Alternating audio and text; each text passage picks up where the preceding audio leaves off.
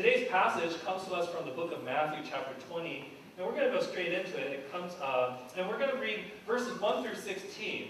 And this passage is a parable in which you guys may have actually heard it before in different settings, and we've preached on it, I think, before. And it's sometimes called the parable of the wages, or sometimes called the parable of the vineyard workers. And for some of you, it might sound familiar. And what we're going to do, and I love parables. We're going to read through the parable. We're going to think about it, talk about it, and see what God may be speaking to us through this story. So listen for the word of God. Matthew chapter 20, verses 1 through 16. For the kingdom of heaven is like a landowner who went out early in the morning to hire laborers for his vineyard. After agreeing with the laborers for the usual daily wage, he sent them into his vineyard. When he went out about 9 o'clock, he saw others standing idle in the marketplace. So he said to them, "You also go in the vineyard, and I will pay you whatever is right." So they went. When he went out again about noon and about 3 o'clock, he did the same. And about 5 o'clock, he went out and found others standing around. And he said to them, "Why are you standing here idle all day?" They said to him, "Because no one has hired us." He said to them, "You also go into the vineyard." When evening came, the owner of the vineyard said to his manager, "Call the laborers and give them their pay, beginning with the last and then going to the first." When those hired about 5 o'clock came, each of them received the usual daily wage. Now when the first came, they thought they would receive more, but each of them also received the usual daily wage. And when they received it, they grumbled against the landowner, saying, "These last worked only 1 hour, and you have made them equal to us, who have borne the burden of the day and the scorching heat." But the landowner replied to one of them, "Friend, I am doing you no wrong. Did you not agree with me for the usual daily wage? Take what belongs to you and go. I choose to give to this last the same as I give to you.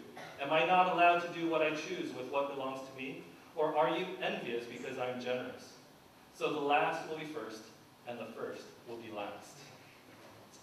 This story reminds me of my existence as a child, and one of the things I loved as a child was a candy, and they still have it, of course, called Fruit Roll-Ups.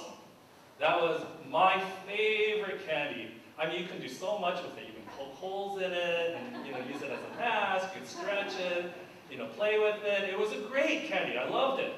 And my parents my mom actually, would go to the supermarket, buy a box of Fruit Roll-Ups. Sometimes Costco, they would carry like a whole bunch, bulk packages of Fruit Roll-Ups. And needless to say, we would all go through it.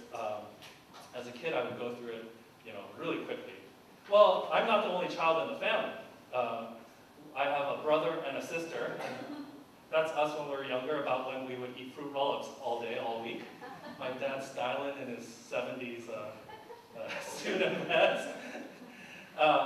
And we would consume Fruit Roll-Ups. They were nothing. But the problem, of course, when you buy Fruit Roll-Ups in the grocery store is that they come in boxes. Well, how many of us are there? There's 3 of us, and they're boxes of 10. So the big question on our mind was, what do we do with the 1 extra, right? As the oldest, sometimes I would pull out I'm the oldest child card, and then I would proceed to consume 1 and then take 3 others. Sometimes my brother might hide 1.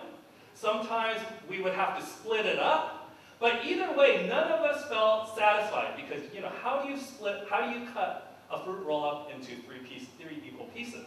I mean, they stretch, right? So if they stretch, they look bigger than other ones, and so there was just no winning in this situation. Half the time I felt like this was just unfair and unjust. The basic fundamental problem with a family of 3 kids and a box of 10 fruit roll-ups was injustice and unfairness.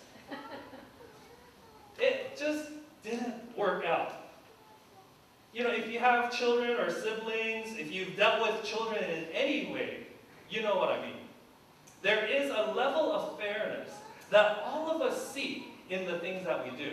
There is a level of justice that we feel that everyone should agree to growing up. We teach it to our children. We grow up with it in our families. We grow up with this notion of fairness, that fairness should be the rule of life. In adulthood, if we question our employers, if we don't feel like we're getting paid what we're worth, right? I feel like I should get paid more. I'm doing more work. So we grow up with this notion of fairness and justice. So when I read this Bible story that we just read, this parable, it confuses me because the story that Jesus told sounds like a textbook case of unfairness and injustice. The guys that worked all day have a point, don't you think? Why don't we get paid more? Why don't we get paid why don't we get paid more while these guys don't get, why do they get to have as much as we do? There is a textbook case of injustice and unfairness. How can the guys who get hired last get paid the same amount as we do?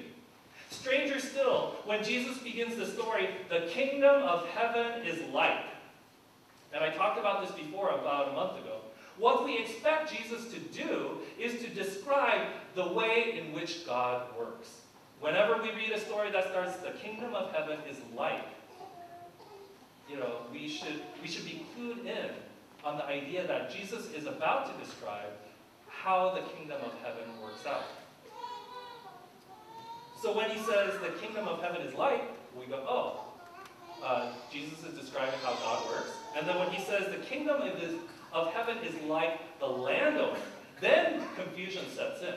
Because in our story, we have a reaction to the landowner, a reaction of saying, this is not fair and this is unjust. We expect the landowner in our passage. If the kingdom of heaven is like the landowner, we expect the landowner, who presumably is God, to deal fairly with his laborers. That's what we expect. But we are sorely disappointed with the apparent injustice and unfairness of the situation. And moreover, we're disappointed with the attitude of the landowner, whose only response to the complainers was, it's mine, I can do whatever I want with it, so deal with it, was basically the response. Thank you. So our instincts tell us that something is wrong with this arrangement, especially as it relates to what we believe about the character of God, right? If we believe that God is such and such, we expect the landowner in our parable to be the same. We believe in a God who is just, who is fair, who is loving, but we don't see that in the landowner. Having said that, I think a closer look at our passage and the story will maybe lead us to a different conclusion, or at least to consider some other alternative than our knee-jerk reaction to the apparent unfairness and injustice in this passage. Just to recap what was going on in the passage, early in the morning, the landowner hires the first group of people, and the terms that they agreed to are what? That they would be paid the usual daily wage, right? That's the terms of agreement. 9 o'clock, the landowner goes out. He sees some people kind of standing around twiddling their thumbs, and he says, what are you doing standing idly in the marketplace? He says, no one's hired us. Okay, fine, I'll hire you. So he hires them, agreeing to pay them, quote unquote, whatever is right. By 12 and 3 o'clock, he hires 2 more groups, and 5 o'clock, the landowner once again sees more people standing around and asks, why on earth are you standing around here doing nothing? They respond, because no one has hired us. So he hires them too. Well, the end of the workday is 6 o'clock. And by 6 o'clock, everyone's tired. They're getting in line, and the landowner insists that they're going to pay the people who are hired last first, and the people who are hired first, they're going to get paid last. And so when the people who got hired last, or first, see that the people who got hired first got paid a whole day's wage, they're getting excited. Ooh, bonus time. We're going to get paid more, because we worked way longer than they have, so surely we should get more. But of course, as we know, they are disappointed. And we understand their complaints, don't we? We understand the principle that someone should get paid what they're worth. And then we understand and we agree with the laborers, at least the people who were hired first, that this arrangement is this story, and I think it's easy to assume that the basic problem, the fundamental problem is injustice and unfairness. But look at verse 12, where we find the worker's reason for complaining to the landowner. It says this, these last, and the work complainers are saying this, these last worked only 1 hour, and you have made them equal to us. It's like they're saying, don't you see, they work less than we did. And you make them equal to us by paying them the same amount. See,